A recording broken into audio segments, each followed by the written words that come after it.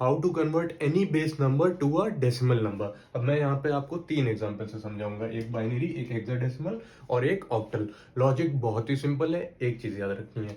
एक चीज क्या है, वो जैसे डेसिमल से पहले जो है वो आपके बेस नंबर का जो पावर है वो 1 से इंक्रीज होगा जैसे जैसे लेफ्ट जाते रहो जाओगे, और डेसिमल के राइट पे वो पावर नेगेटिव में इंक्रीज होगा। देखो यहाँ पे तुमको एक एग्जाम्पल से समझाता हूँ। यहाँ पे डेसिमल है तो हमने ये वाला नंबर लिया, अब हमको 2 यहाँ पे बेस है तो हमने 1 इंटू 2 से शुरू किया।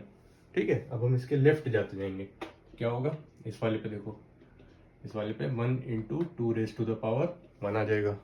थर्ड वाले पे देखो, थर्ड 0 है, वैसे कंसिडर नहीं करना चाहिए लेकिन एग्जाम्पल के लिए समझा दे रहा हूँ। 0 इंटू 2 ठीक। अब देखो लास्ट वाले पे 1 इंटू 2 अब इन चारों को ऐड कर दो तो डेसिमल के लेफ्ट वाला पार्ट हो गया। अब आओ डेसिमल के राइट पे, डेसिमल के राइट पे देखो 1 है। अब यहाँ पे बेस तो वही है, पावर जो है वो नेगेटिव में 1 से इंक्रीज होगी, -1। ये वाले को देखो +1 इंटू 2 फिर से -2।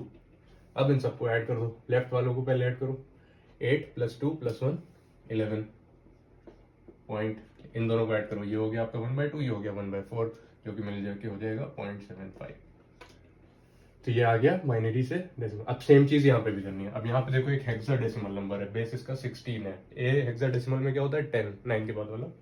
तो यहाँ पे 16 बेस है तो 16 की पावर से होगा, तो यहाँ पे फर्स्ट में आ जाओ, ये हो गया 10 इंटू 16 यहाँ पे डेसिमल है नहीं तो वाला कोई मतलब ही नहीं है।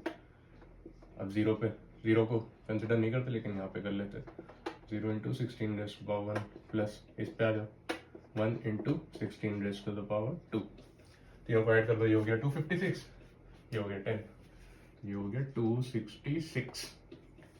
अब देखो यहाँ पे लास्ट ये ऑक्टल है 8, बेस वही है, लॉजिक भी वही है, सेम चीज करनी है।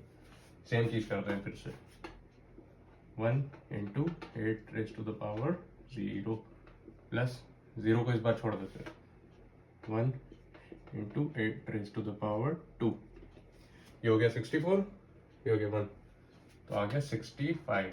अब और डेसिमल के राइट पे, डेसिमल के राइट पे क्या करना होता है, नेगेटिव पावर, 1 इंटू 8 -1, जो कि हो गया 1/8, जो कि होता है 0.125।